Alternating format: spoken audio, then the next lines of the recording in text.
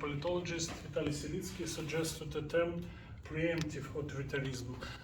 He compared Lukashenko's regime with regime of Slobodan Milosevic, and he said that one of the idea of Lukashenko's regime is to erase all alternatives from political life, and it happened before this alternative appeared.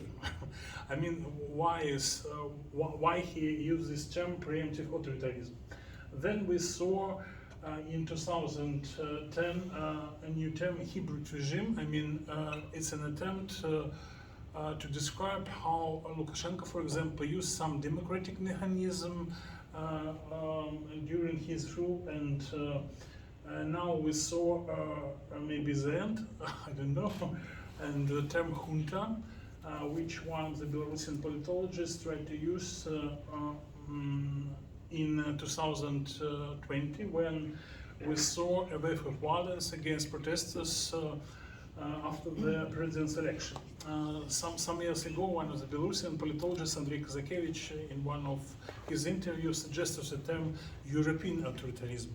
He tried to compare regime of Lukashenko with regimes in Kazakhstan or in Turkmenistan, and in some sense, our authoritarianism looked like a little better, maybe more attractive in some sense. And that is political context, but in these terms we could find only the evolution of political regimes, the evolution of rule, but we didn't speak about agency from below. I mean, what happened in Belarusian society. When Lukashenko came to power, and we speak about public sphere, and when Lukashenko came to power, first step was retaining of control over the media. And that is one of the pages of one of newspaper in Belarus in 1994. One of the deputies of Belarusian parliament, Sergei Antonchik, prepared a report about corruption between people in the environment of Lukashenko. And Lukashenko tried to use force to stop publication of this report. And some newspapers in Belarus were published with blank spaces. Only the name of the report, but without any content.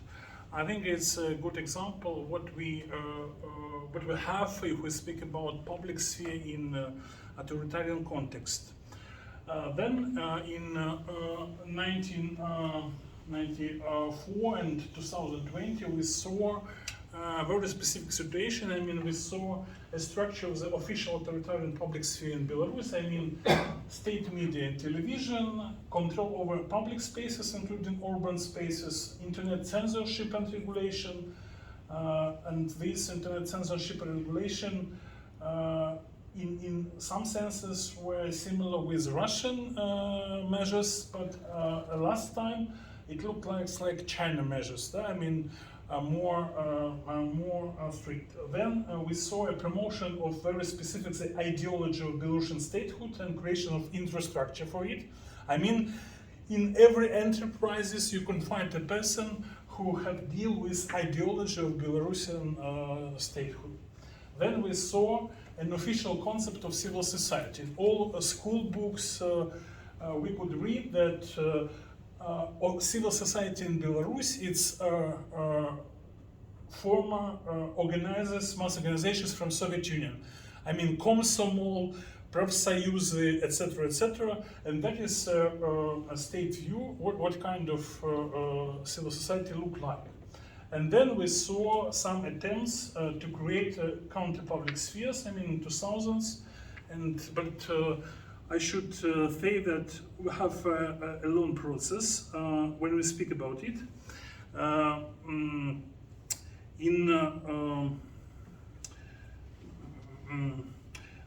Firstly, I should speak about such processes, development of digital technologies.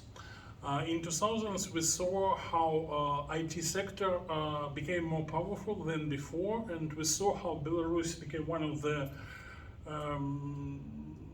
country which famous for their digital technologies. I mean, some companies from Belarus and the level of using internet in Belarus was very high. But at the same time, we saw some disproportions, and when some researchers tried to mark these disproportions, they marked that sector privileges are the result of lobbying rather than strategic policy. Disproportion between digital development and the rest of the economy we saw. Large social gap, and we saw a large social gap between sector employers and the rest of the workforce. But due to the development of digital technologies, we saw a phenomenon of digital public sphere in some sense. We saw how Facebook, Live Journal before the Facebook, and then Vkontakte became one of the main spaces for some discussions. And that is a very important thing if we speak about attempts to create a counter-public sphere. The development of digital technologies is one of the reasons why we saw a new infrastructure in Belarusian towns, not only in Minsk, but in other towns.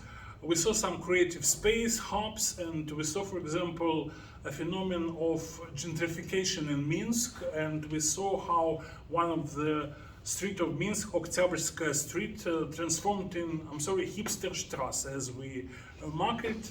It's a place for art galleries, cafes, some exhibition spaces, and that is interesting process if we speak about development of urban spaces and public sphere in authoritarian Minsk. Then we could speak about social processes. I tried to show it in this picture. This is the same place, Lenin Square or Independence Square in the late Soviet years and the beginning of 19th, the end of the Soviet Union, the beginning of the independence year, and mass protests on this place in 2020. I didn't find this picture in a good quality, but you could see that almost everybody is people from industrial factories. Some of them are miners from Soligorsk. They came to Minsk to take part in strike, and in this picture we saw another thing. We saw people from different social group, and it's difficult to mark what kind of group is. We have a big problem with social theory if we speak about stratification of Belarusian society in 1990s and 2000s. When we speak about Belarusian middle class, it's very problematic because part of this middle class didn't have autonomy in some sense. Yeah? It's a part of state environment. And we saw maybe an idea of one of the Belarusian sociologist, Galina Sokolova. She used very specific term in 2012, basic layer, базовый слой. It means that 50% of Belarusian society was a people with not high income. And that is people who want stability in a society. But it was in 2012. In 2020, one of the sociologists, Lena Gapova, said about a new class in Belarus. She used this term in non-Marxist tradition. She tried to underline the division line in Belarusian society and said that maybe some protesters are from post-industrial groups, but some people who tried to support Lukashenko are from industrial groups. But at the same time, we saw how industrial workers took part in a mass protest in 2020. But then, because they're dependent from the state, they stopped their activity in some sense. And these situations are are very complicated. If we speak about social structure of Belarusian society now, it's one of the questions, yeah, how it works when we speak about social structure in authoritarian Belarus. I think that we have two processes which are main processes if we speak about public sphere in authoritarian Belarus. I mean, the process of development of digital technologies, I mean, with some limitations, and the process of social changes which happened in Belarus till the end of the Soviet Union. Due to the development of digital technologies, we saw a phenomena of one of the researchers, Maria Begorgieva, named it like mundane citizenship. I mean, or everyday citizenship. I mean that there are no, we haven't possibility to take part in political life, but we have possibility to take part in pre-political activity. Through digital, through new media, through Facebook, Vkontakte and other media, we could communicate, we could find some decisions, etc., and then these forms of pre-political activity during mass protests 2020 transformed into political activity. But this everyday citizenship or mundane citizenship have limitations, because we didn't have an experience to be a real citizens in political sense.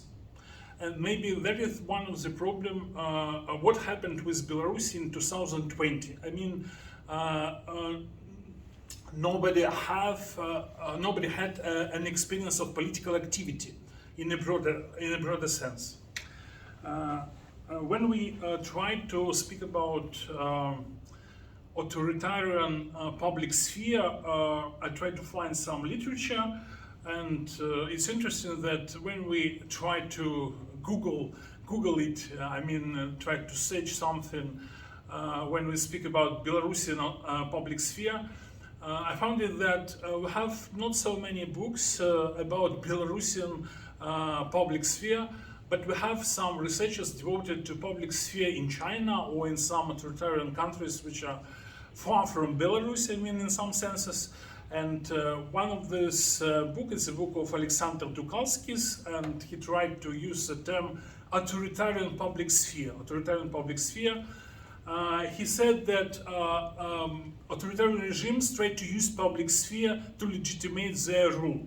And we saw such processes in Belarus. At the same time, we saw how in different countries, I mean, China or some other, Myanmar or Belarus, we saw a phenomenon with one of the researchers of China described like a contentious public sphere. I mean, this author speaks about authoritarian paradox. In what sense? From one point of view, authoritarian regime want to control everything. From other point of view,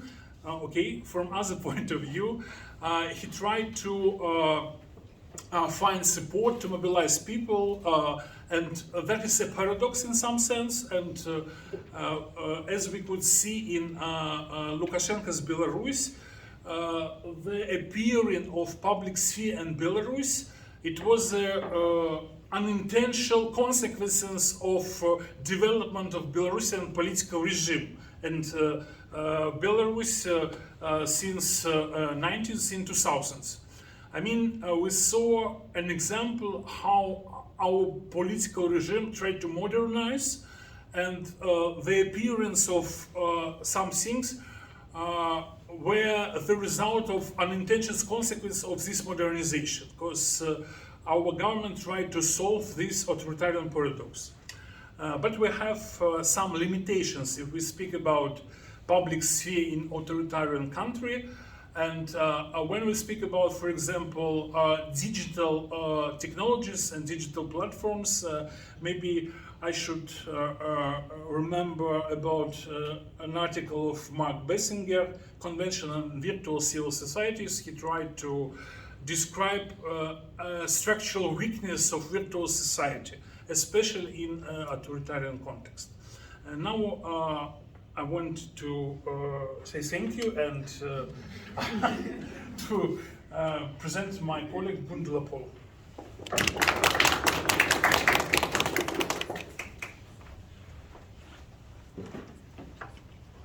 Dankeschön. Ja, ich übernehme den letzten Teil. Seit Sommer 2020 befindet sich das belarussische Regime in einer Krise. Dem Lukaschenka-Regime gelang es in der Situation der zivilgesellschaftlichen Massenproteste nur mit Hilfe massiver Staatsgewalt die politische Kontrolle zu behalten. Sowohl im Hinblick auf Repräsentation als auch auf Legitimation erwuchs daraus je eine Krise für das Regime. Denn im Sommer 2020 hatte sich eine Gesellschaft gezeigt, die aus den engen staatlich vorgegebenen Strukturen ausgebrochen war und sich selbst Infrastruktur geschaffen hatte. Um seine Vormachtstellung zu sichern, sah Lukaschenka als einzige Möglichkeit, jeden Ansatz von Infrastruktur zivilgesellschaftlicher Organisationen zu zerstören.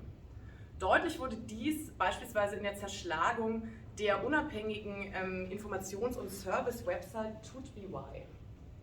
Tut.by rangierte unter den 5 beliebtesten Websites des Landes und im Jahr 2019 nutzten über 60% der belarussischen InternetnutzerInnen die Website monatlich und lasen die etwa 200 täglich publizierten Artikel aus zahlreichen Themenspektren, sowohl das In- als auch das Ausland betreffend. Der Eigentümer Yuri Sisser unterstützte die Oppositionsbewegung unter anderem finanziell und etablierte das Medium während der Proteste als eines der wenigen Unabhängigen.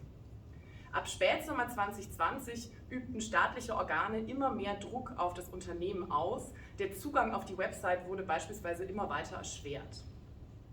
Im November 2020 verhafteten staatliche Sicherheitstruppen die Journalistin Kaziarina Barisevic, die unten rechts quasi abgebildet ist, nachdem sie einen Artikel über die Tötung des Demonstranten Roman Bandarenka im Gefängnis veröffentlicht hatte.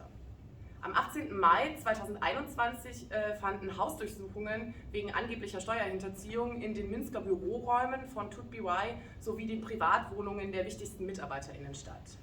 Die Domain tut.by wurde samt E-Mail-Service blockiert. Die Sicherheitsorgane des Staates verhafteten mindestens 18 MitarbeiterInnen, brachten den Großteil davon in Isolationsgefängnisse und stellten einige unter Hausarrest. Im März 2023 verurteilte die belarussische Justiz die Chefredakteurin Marina Solatava und die Generaldirektorin Lyudmila Tschekina zu je 12 Jahren Haft in einer Strafkolonie. Tut.by Media war bereits im Juni 2022 als extremistische Organisation eingestuft worden. Das Beispiel Tut.by verdeutlicht das Vorgehen des Lukaschenka-Regimes, zivile Infrastruktur mit allen zur Verfügung stehenden Mitteln zu bekämpfen. Polizei, Geheimdienst, Gerichtswesen und auch unter Nutzung ideologischer Instanzen. Doch die Zerschlagung staatsunabhängiger öffentlicher Strukturen war nur der erste Schritt. In einem zweiten nun versucht der Staat, die entstandenen Lücken zu füllen und selbst Öffentlichkeit zu kreieren. Ich werde jetzt an einem spezifischen Beispiel verdeutlichen, wie der Staat versucht, mittels einer historischen Meistererzählung eine neue Öffentlichkeit zu schaffen. Denn seit ebenfalls 2020 versuchen staatliche Akteure einen gesellschaftlichen Diskurs um einen Genozid am belarussischen Volk, Genozid Belaruskaya Naroda, zu implementieren. Ziel des staatlichen Projektes ist es, nationalsozialistische Massengewalt des sogenannten Großen Vaterländischen Krieges auf dem Gebiet der heutigen Republik Belarus als Genozid zu klassifizieren. Die staatlichen Akteure wollen dabei auf einer bereits vorhandenen Basis aufbauen, denn seit Kriegsende spielt die Erinnerung an den Großen Vaterländischen Krieg eine tragende Rolle im kollektiven Gedächtnis der Bevölkerung der BSSR und auch der Republik Belarus. Innerhalb der BSSR dienten die integrativen und identitätsstiftenden Momente der Meistererzählung als Basis für eine gemeinsame Nationalidentität der BewohnerInnen und bildeten die Grundlage für die Anerkennung des Staates. Und auch in der staatlich gelenkten Erinnerungskultur Alexander Lukaschenkas ist diese Erinnerung wichtigster Bezugspunkt. Der inhaltliche Fokus liegt dabei sowohl auf dem Siegesnarrativ, aber auch auf Leid und Martyrium der Zivilgesellschaft.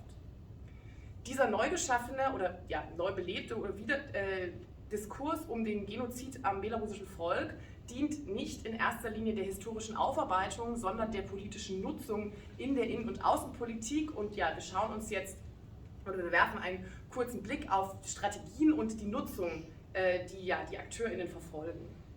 Das Projekt wird auf verschiedenen Ebenen umgesetzt. Wir schauen uns die Ebene der Gesetzgebung an, außerdem die juristische und die geschichtspolitische Ebene. Auf der Ebene der Gesetzgebung agiert in vorderster Reihe Autokrat Lukaschenka. Auf der juristischen und ebenso auf der geschichtspolitischen Ebene agiert die Generalstaatsanwaltschaft der Republik als Hauptakteurin. Auf der Ebene der Gesetzgebung hat Lukaschenka Gesetze diktiert, die das Leugnen des Genozids unter Strafe stellen und das Wiederaufkommen des Nazismus ahnden sollen. Mithilfe dieser Gesetze kann das Regime KritikerInnen gezielt verfolgen und verurteilen. So stufte das Regime per Gesetz die weiß-rot-weiße Flagge, die von der Opposition genutzt wurde, als extremistisches Symbol ein. Auf der rechten Seite sehen Sie ein Foto, ein Bild des belarussischen Malers Ales Puschkin. Er wurde im März 2021 mit dem Vorwurf der Rehabilitierung des Narzissmus verhaftet, weil er auf einer Ausstellung in Grodna ein Porträt des antisowjetischen Untergrundkämpfers Jewgeni Sikar gezeigt hatte. Inzwischen wurde er zu 5 Jahren Haft verurteilt und gilt international als politischer Gefangener. Auf der juristischen Ebene eröffnet die Generalstaatsanwaltschaft Verfahren gegen ehemalige NS-Verbrecher und hat dafür beispielsweise Hilfegesuche an die litauische und auch deutsche Regierung gestellt, um Akten über Kollaborationen zu erhalten. Die Generalstaatsanwaltschaft organisiert derzeit auch groß angelegte archäologische Ausgrabungen und hat zahlreiche hochbetagte Zeuginnen der deutschen Besatzung zwecks Befragungen vorgeladen oder auch und aufgesucht. Im Zuge dieser juristischen Prozesse oder so ein bisschen so im Fahrwasser werden Nachbarstaaten wie Litauen und auch die Ukraine als faschistisch benannt, als Staaten, in denen bis heute NS-Verbrecher schalten und walten würden. Auf der geschichtspolitischen Ebene versucht die Generalstaatsanwaltschaft, die neue Meistererzählung über die einzig wahre Geschichte des Landes innerhalb der belarussischen Gesellschaft zu verankern und darüber eine gemeinsame Nationalidentität zu stiften.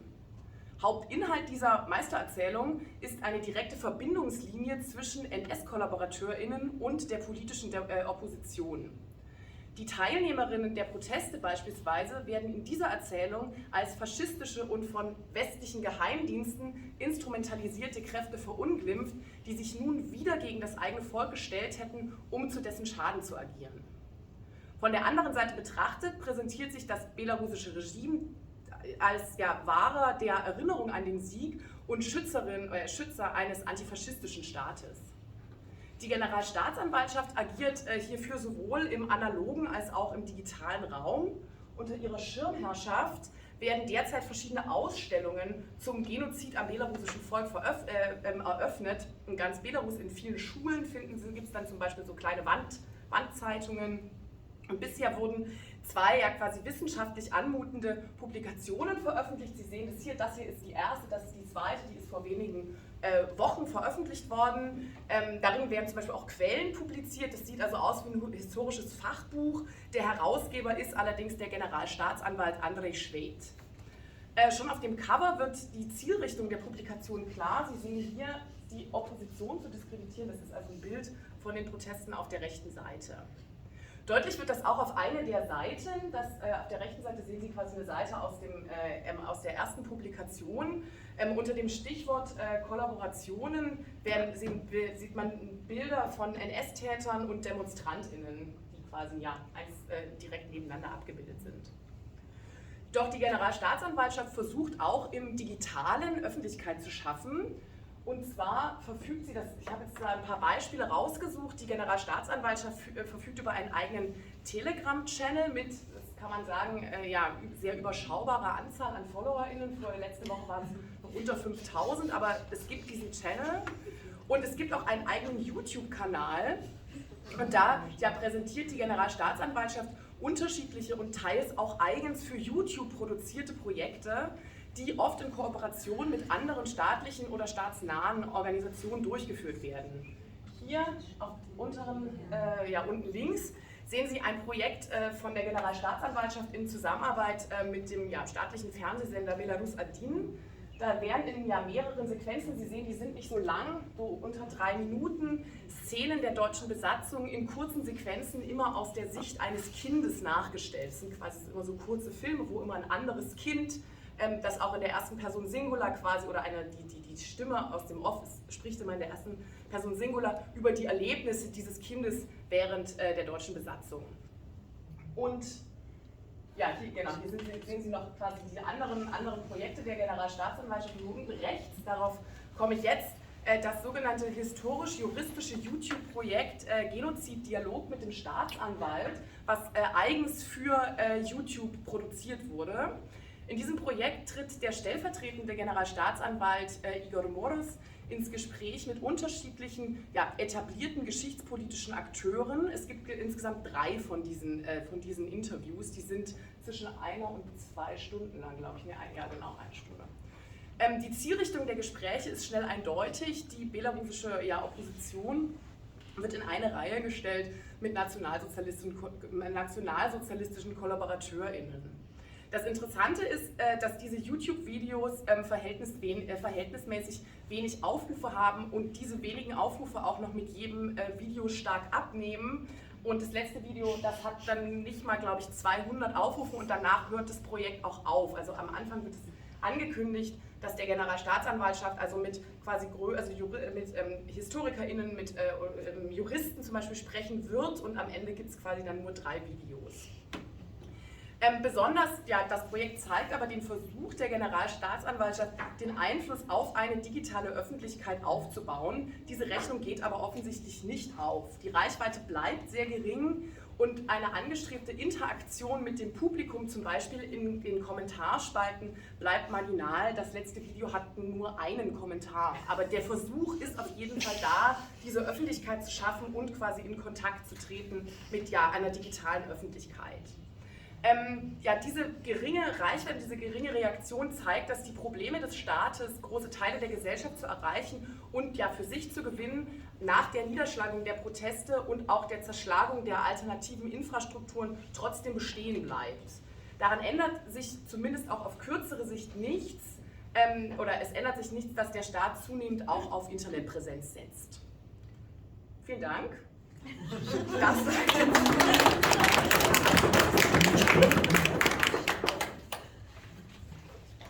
Ja, vielen Dank also für diese so vielfältige Darstellung und so Einblicke in die Entwicklung der belarussischen Öffentlichkeit. Ja, bitteschön, Ihre Fragen. Ja, Herr Werner. Ja, vielen Dank für die Vorstellung. Vielleicht eine Frage an Frau Pohl, Ursula Pohl. Also Sie haben zum historischen Narrativ oder zu der Interpretation des großen Vaterländischen Krieges, also wenn man jetzt schon mal diese Narrative in Russland, Ukraine anschaut, ist ja so klare Unterschiede dabei. In Russland bleibt ja diese sowjetische Version erhalten, in der Ukraine werden die vergessene Gruppen, die Aufständischen erinnert, auch Opferrolle, aber hier ist ja interessante Mischung, die da stattfindet. Einerseits klar, die sowjetische Geschichtsschreibung ist da, aber es wird auch über Genozid gesprochen. Das ist ja auch etwas, was wir in Russland zum Beispiel ja gar nicht jetzt so finden. In der Ukraine, diese neue Interpretation findet aber schon seit 90er Jahren statt. Wie ist das, also wie neu ist das jetzt für Belarus? Würden Sie sagen, dass es da irgendwie ganz neue Erscheinung oder eigentlich nach 91 immer wieder Schritt für Schritt da ist? Genau, und vielleicht nochmal zu diesem Public Sphere, also you spoke about the development of public sphere, about Hipsterstraße, oder about the political communication. I mean, today's situation is pretty sad. Many people left the country, many sent to prison. How would you describe the situation today in Belarus in Oktябrskaya state, for example? Du kannst it's not. Yes, so you will. Okay, Yeah, okay. yeah. I'm sorry. Yeah.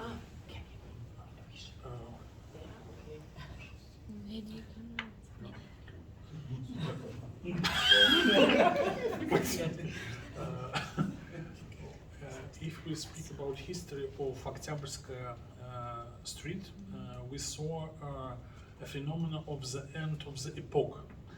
because, for example, one of the owner of the big building on Октябрьская Straße was Viktor Babarika, one of the candidate of president election in 2020. He founded it's a creative space, and Maria Kolesnikova was an art director of this space. And Maria Kolesnikova was now in prison. Viktor Babarika in prison now, and this building was sold. And that is a short history of Hipster Straße. We saw the end of the phenomena. It was a very specific phenomenon of the beginning of gentrification in Minsk, because it was an abandoned industrial place. But then we saw art gallery U. The owner of that gallery was in prison sometime, and then he left Belarus. Two curators of this gallery left Belarus, Valentina Kiselova and Anna Chistoserdova, and they tried to organize some events in Germany, in Berlin now. And we saw how this world of new Belarusian middle class ruined in some sense. At the same time, I heard some news from Belarus, and I saw that some organizations try to prolong their activity. It's unsafety thing in contemporary Belarus, because the mark of extremist activity labeled on everything. But maybe in a short period of time we saw something new. I want to believe in it, but now we saw a big wave of migration from Belarus, and we saw how, for example, Vilnius became a capital of political migration. Warsaw, in some sense, became a capital of cultural migration, and we saw how many scientists now lived abroad, not in Belarus. And for me, it's an interesting question: what happened with all this history, or the history with these 20 years? Because everybody invests something in this activity, me and my colleagues, for example, and that is a good question, what we should see in the nearest future, and what we could say about our own personal activity in the future. And what's the result of this activity? Ja, also zum Aufkommen quasi dieses neuen Narrativs oder Genozid. Ich befinde mich relativ oder eigentlich ganz am Anfang meiner Forschung, deswegen vermutlich ich versuche das jetzt so gut es geht zu beantworten.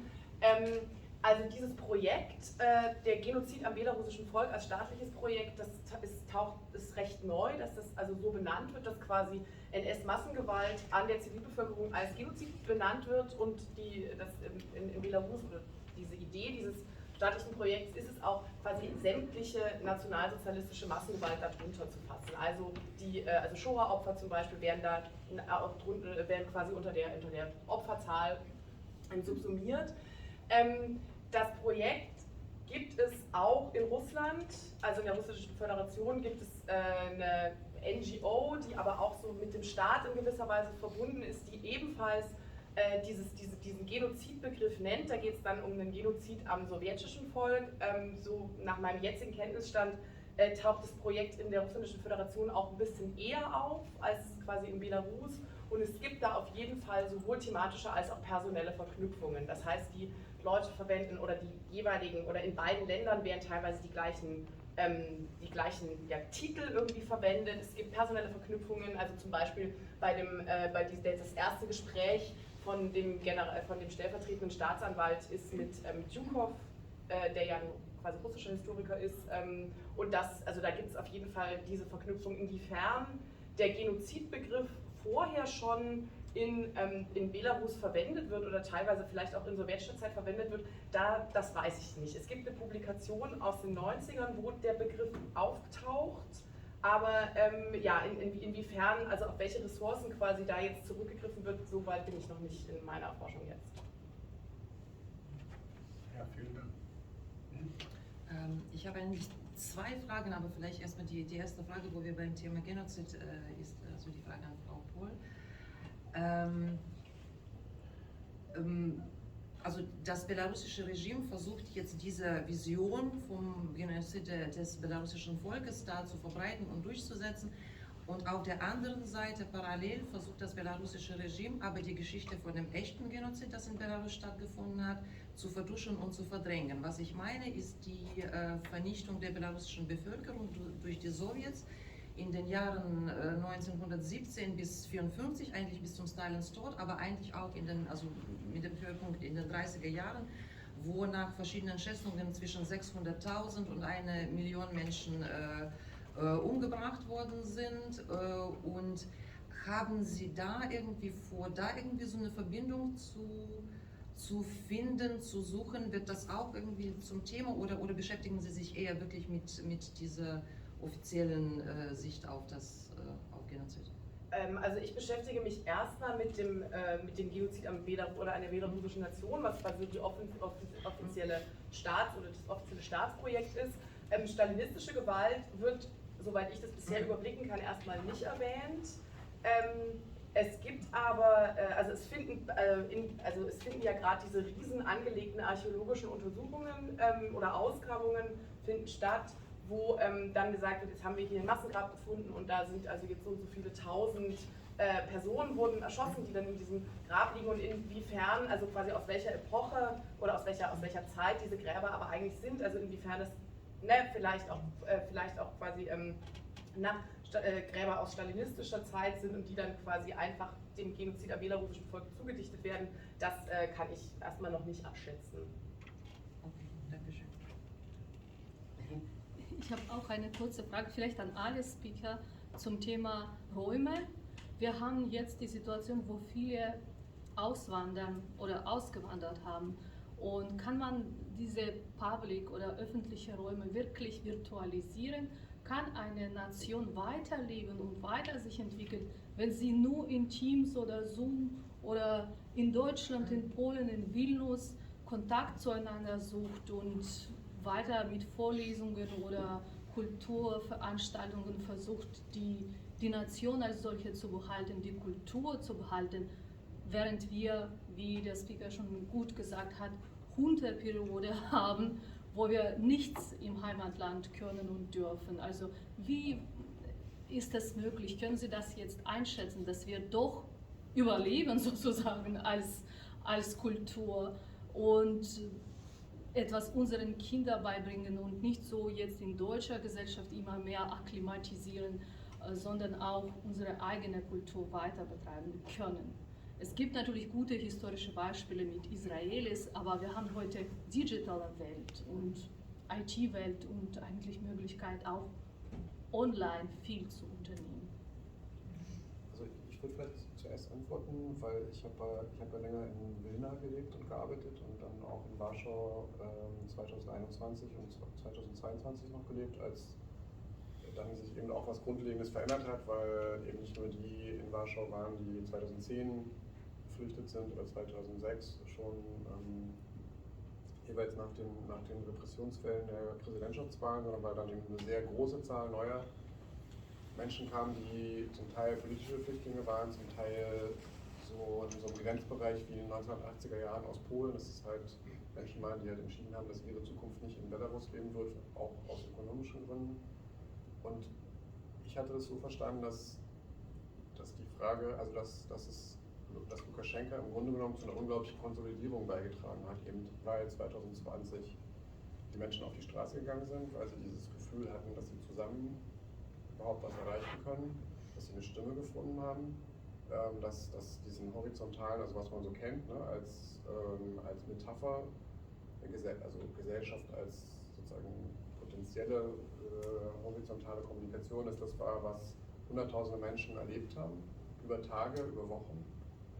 Und zwar eben nicht nur in Minsk, sondern auch in Grodna, aber eben auch in Leider und in noch kleineren, in Luboke und also in ganz kleinen Ortschaften, wo wir halt wo es vorher halt, weiß nicht, ein paar aktive Lehrer gab, die Zirkel gemacht haben oder wo es immer irgendwie einen Menschen von Narodne Front gab oder einen verstreuten Korrespondent von deshalb oder so gab es ja in der Provinz, aber 2020 war halt unglaublich stark. Und ich glaube, dass dieser Impuls von 2020, dass der nicht verflogen ist und das nicht nur, weil es diese virtuellen oder digitalen Infrastrukturen gibt und da jetzt, weiß nicht, es gibt ja diesen starken IT-Sektor, das hatte Aliaksei Bratachkin erwähnt, also dass es eben diese neue Art von Mittelklasse, also spezieller Klasse gibt, die eben eigene Ressourcen haben, sowohl finanzielle, aber auch eben so ein bestimmtes Kapital haben, um digital zu arbeiten. Und die arbeiten ja gerade an einem Projekt quasi eines virtuellen Staats, wo man dann auch virtuelle, also in digitaler Form über Blockchain auch Staatsbürgerschaft dann beantragen kann. Das geht schon. Sie meinen jetzt New Belarus? Ja, New Belarus, Belarus 2.0. Also das ist einerseits, aber meine Erfahrung, also darauf nochmal kurz Bezug nehmend, dass es sowohl in Wilna als auch in Warschau unglaublich gestärkt ist, diese physische Präsenz, aber auch dort das Vorhandensein all dieser Institutionen, die es vorher in Minsk gab. Also dass plötzlich irgendwie diese Idee von diesen Hubs, also wo sowohl Kultur als auch Business zusammenkommt und das aber eigentlich selbst finanziert ist, also anders als wir das auch oft aus Polen kennen oder aus Deutschland, dass es eben ohne öffentliche Gelder quasi selbstgemachte Räume gibt, in denen alternative Dinge passieren und die aber jetzt in einem, also würde ich sagen, ab 2021, 2022 viel selbstverständlicher national definiert sind, völlig selbstverständlich auf Belarusisch auch funktionieren. Also es war ja vorher undenkbar, auch in diesem Umfeld, in dem ich mich vorher in Wilna bewegt habe, an der Uni, an dieser Exiluniversität dort, da wurde selbstverständlich Russisch gesprochen. Das sind jetzt Räume, die auf Belarusisch funktionieren. Und ich denke, was auch wichtig ist, dass die Leute, die sozusagen da andocken, die diese Hubs nutzen und so weiter, dass das eben, so wie Aliaksei gesagt hat, für die Proteste, es sind eben nicht mehr nur irgendwie verstreute Oppositionelle, die schon seit 2010 immer dagegen waren und immer Belarusisch gesprochen haben, sondern das sind ganz viele neue Leute, die quasi sich da jetzt zugehörig fühlen oder die, und ich denke, sowas Ähnliches in NRW beobachtet zu haben aus der Ferne, ohne hier gewesen zu sein, also dass eben, wenn Sie, also ich habe gesehen in Düsseldorf und in Köln, ich weiß nicht, wie es jetzt in Essen-Bochum ist, aber dass sozusagen überhaupt Menschen zusammengefunden haben, vor dem Hintergrund, dass sie aus Belarus kommen oder belarussische Staatsbürger sind oder sich irgendwie zugehörig fühlen und dass sie in einer anderen Art sich also angefangen haben zu organisieren, miteinander kommunizieren. Aber darüber können Sie mehr sagen, ne? Also was das bewirkt.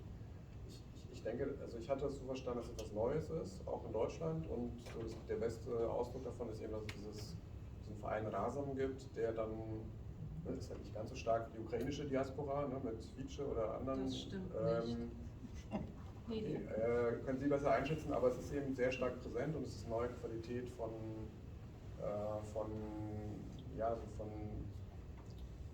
horizontaler Kommunikation. Und da würde ich finde, das macht dann auch Sinn, den Öffentlichkeitsbegriff dazu zu verwenden, dass es sowas gibt wie im Exil eine neue Qualität von belarussischer Öffentlichkeit, die nicht nur Gegenöffentlichkeit ist, sondern die auch was Neues schafft und die auch Bestand haben wird. Also das wäre meine Einschätzung.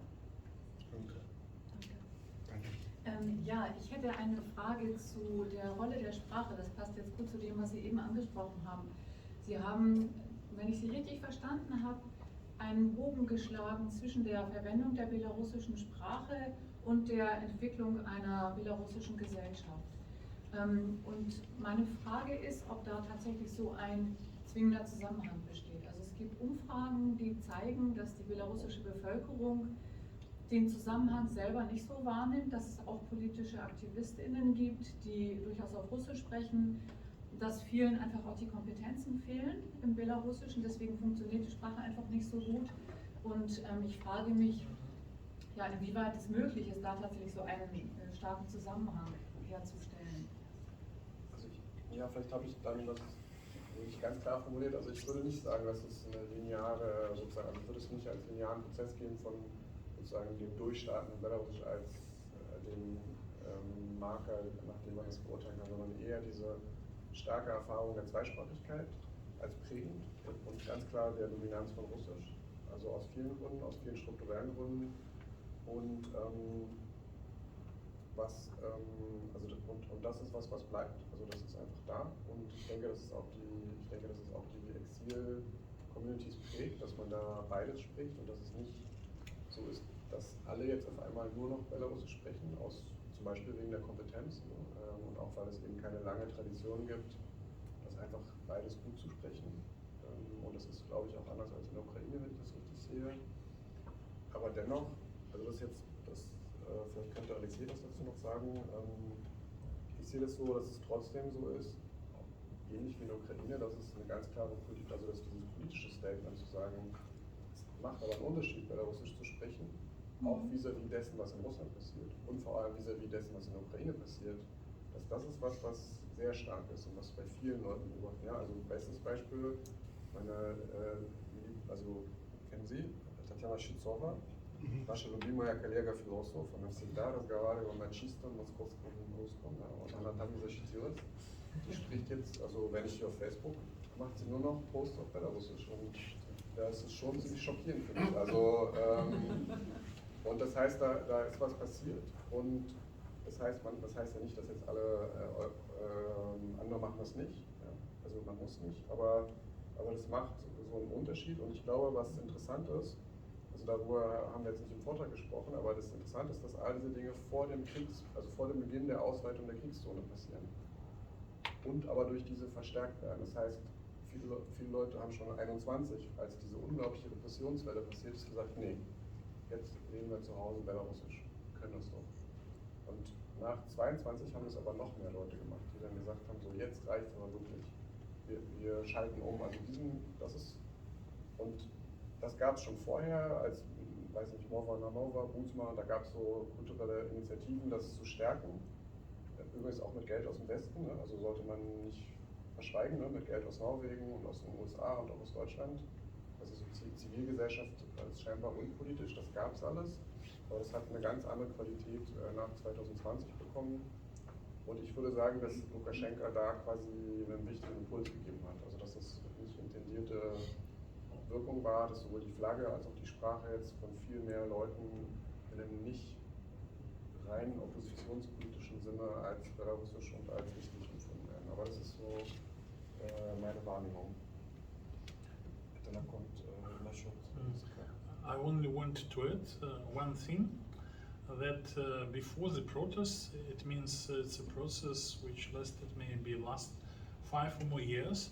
We saw how the definition of Belarusian culture became more broader. What I mean? I mean that we have a Jewish culture in Belarus, for example, and we saw how we saw the rising of the process of inclusion, if we speak about the definition of Belarusian culture, because some activists from some Belarusian art activists, the culture activists, began to translate some poems of Jewish writers or poets like Kulbak or Amada, and I think we saw a very interesting process. It's not ethnocentric version, I mean, in some sense of Belarusian culture, but we saw inclusive process, this process a little bit stopped, I mean, in some sense, but now if we speak about the activity of diaspora and immigrants, I saw how the representatives of diaspora tried to create some institutions. Belarusian Film Academy, for example, or it's not announced, but we decided, historians from different environments tried to create a Belarusian Institute of Public History now, because the main idea how to struggle with this narrative about genocide, etc., and that is one of the tasks. I think that maybe we have not a bright future, but in some sense we try to do something.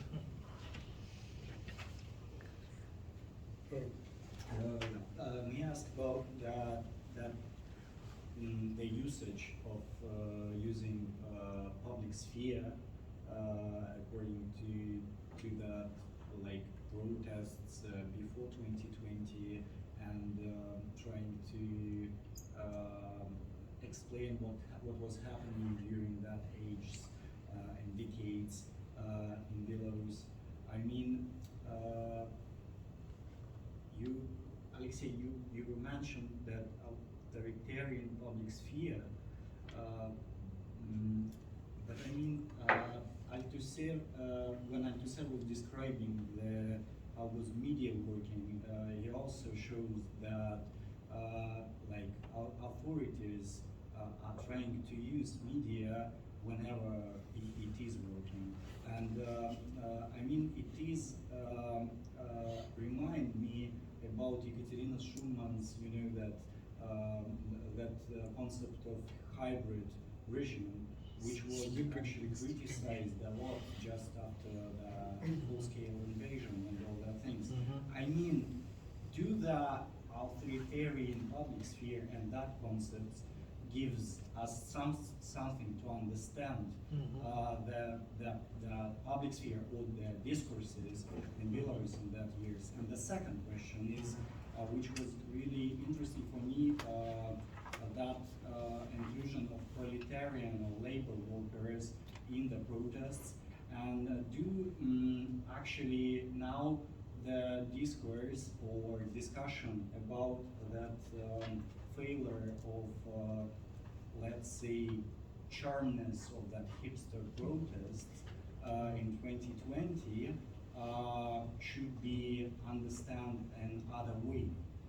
I mean, because there was actually, as I noticed, that charm of non-violent protests of digital and IT workers, which actually seems to be digital. How you say, a person who can easily switch the country.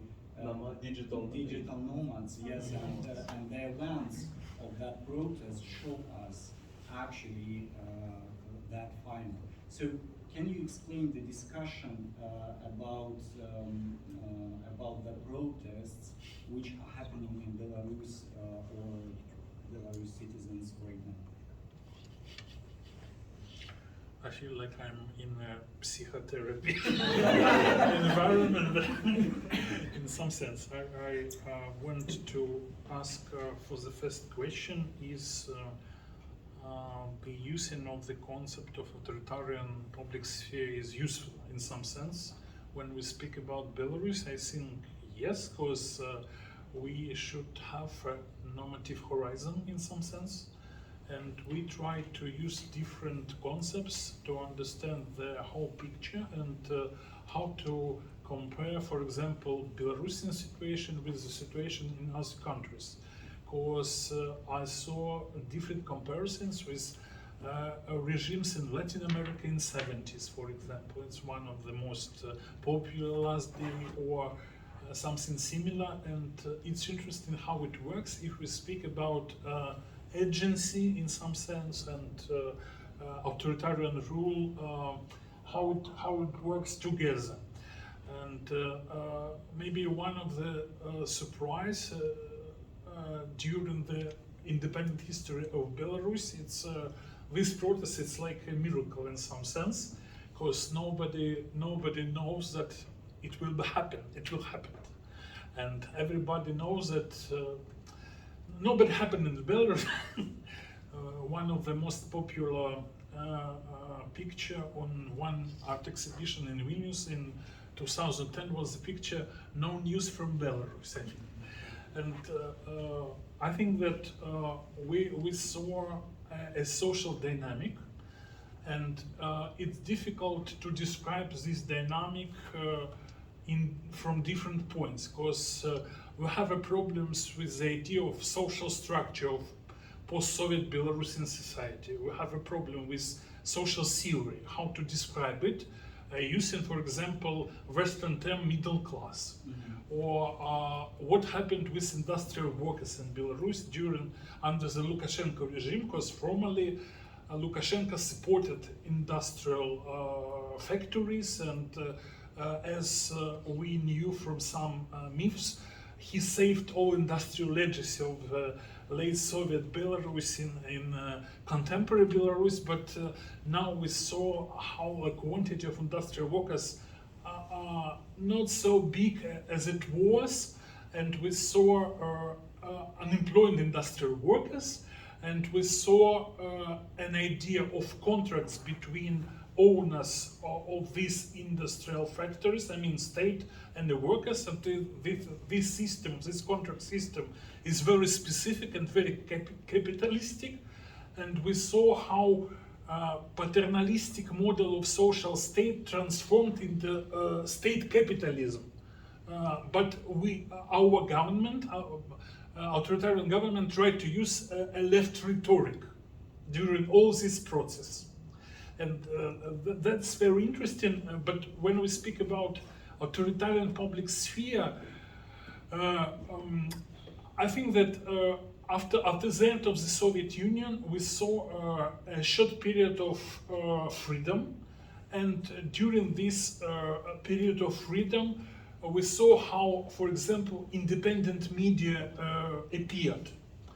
Non-former state media, but new media, in some sense. Its purpose, so radio, and etc. And then we saw how during Lukashenko rule, he tried to control media, but at the same time we saw how the role of independent media was increased. For example, till in 90s and 2000, almost everybody saw the TV, state TV. But last maybe 5 or more years, a majority of users began to use internet to set use as the role of state TV came to an end in some sense. It's a process, and I think that idea of authoritarian public sphere, it's an idea of a dynamic process in which we saw how borders changed, how for example, our government tried to invent a way to control everything, but at the same time we saw how the influence of globalization and westernization, how the development of digital technologies broke these ways of control. And in some sense, in 19th, our authoritarian government was proactive, but in 2000 we saw how our government, this government became retroactive. I mean, that is my answer. I mean that I try to use all these concepts like idea of dynamic process, and we saw how outer public sphere is transformed under the authoritarian rule, and we should mark all these transformations. And my question is deeply connected to the last one actually, and that's why.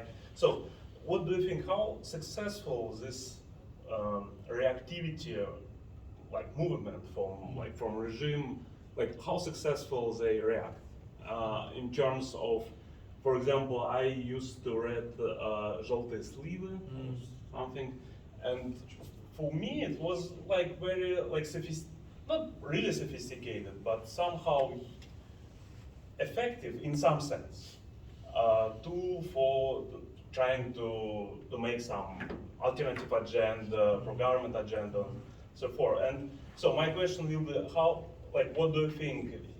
Do have like this attempt has any success, like under conditions that is like authoritarian circumstances? Yes. And do they like this reaction have like develop his own style, maybe also a little bit more like Western looking style of propaganda?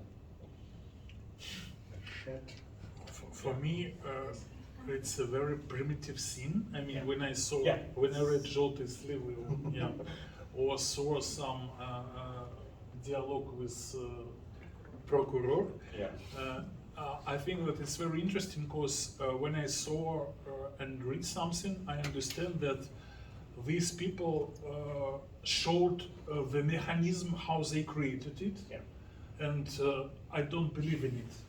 Yeah, but you are engaged. I mean, someone believe it? It's maybe effective in one thing, because I read an article of Sergei Guriev, maybe about informational authoritarianism. He believed that contemporary authoritarianism should create feelings of I'm competent in everything. And they tried to use this thing during this propaganda, but I'm not sure that it works. It works due to violence, not to other things. I think that we have limits of violence in the society, and I think everybody feels that we have limits of the violence. Yeah, I just wanted to add that I also referring to your question that I use the term counter public sphere, but to be honest, I doubt in the reach of its usage actually, because if you look at Boris Bykov, Vasil Bykov or Boris Klein, or people I worked on, it is actually not they speak up in Soviet times, but actually they still remain part of the system, and they are actually deeply enrolled, as you see in the writing of Vasil Bykov in the 80s, and so it is not. And I think there is a direct link to what happened in the 2000s, that actually these hipster spaces they were not there was a deeper logic of them as alternative spaces, yes, but they were not seen as political spaces by the creators themselves. I have students deeply, for instance, they are engaged in active urbanism and participatory activism, and of course it is a specific political activity, but it was always played out on such a level which was not political, perceived as being political. And I see that there is a problem that there were these spaces, but they were not linked to any political agenda or plan or predefined conception. But anyhow, they added to the possibility of people to organize themselves, to speak up and so on. So a lot of the creativity we saw in the streets in August 2020, of course, was directly linked to all these alternative spaces, but also the lack of a clear-cut political agenda, I would say. And just to finish,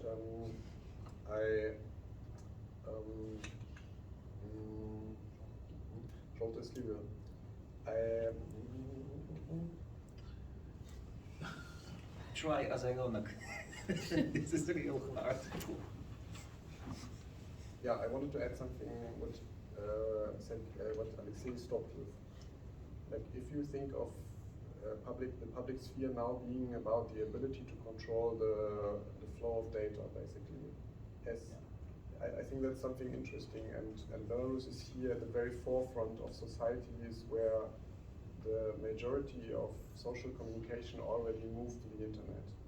We are far behind in Germany because we are still on WhatsApp, and somebody's moving to Signal now, yeah, right? But in Ukraine, more than 2/3 of information come from Telegram already, and I think in Belarus it's very similar situation, and in Russia as well. So I found this interesting that it's a parallel process to the war, which started in 2014, as we know. It is a parallel process to this high noon of hipsterdom also in Belarus, with the IT sphere being quite dominant in economic terms and in cultural terms. And it's something what came, and I think it's a process when the state in Belarus started to understand that it needs to control this sphere as well, but they didn't do so before. And they actually started in 2021, or in late 2020, when they arrested the administrators of Telegram channels. And then we know that in 2021 we have this practice when political repressions are directly linked to the ability of the authorities to get into the mobile phones, to get access to Telegram accounts, to see networks. So there's a new link between physical violence directed against the citizens this ability to get access to the data, like both on a personal level on your mobile, but also on the server level of where the data is stored. And I think that's very far. That this process is now very far, as the level of violence is so high.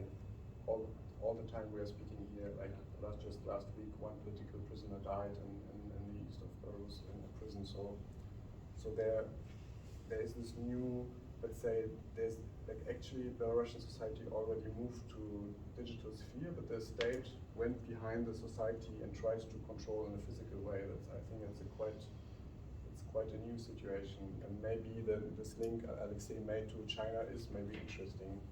That there are societies which are much more developed this along these lines further. So that's something I found really interesting, and that's also why I think that Belarus tells us something more like the question of the future of this process is about more than just about Belarus, because it is about how the interaction between the state and the society will look like if all in fact the majority of our communication will be online, as we know it will be. So. Thank you very much. Vielen Dank also für die Präsentation. Thank you very much for your presentation und für die Diskussion. Danke ich ja. Damit sind wir bei Ende